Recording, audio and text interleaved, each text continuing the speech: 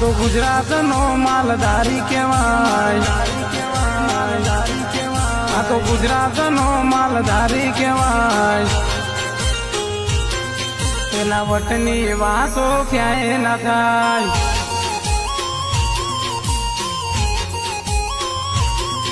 આ તો ગુજરાતનો હાવજ કહેવાય, જ્યાં પગ મૂકે ત્યાં ભડાકા થાય.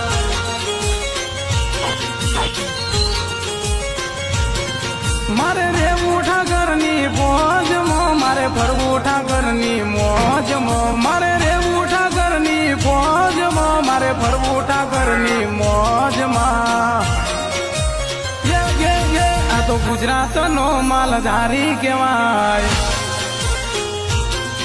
એના વટની વાતો ક્યાંય ના થાય.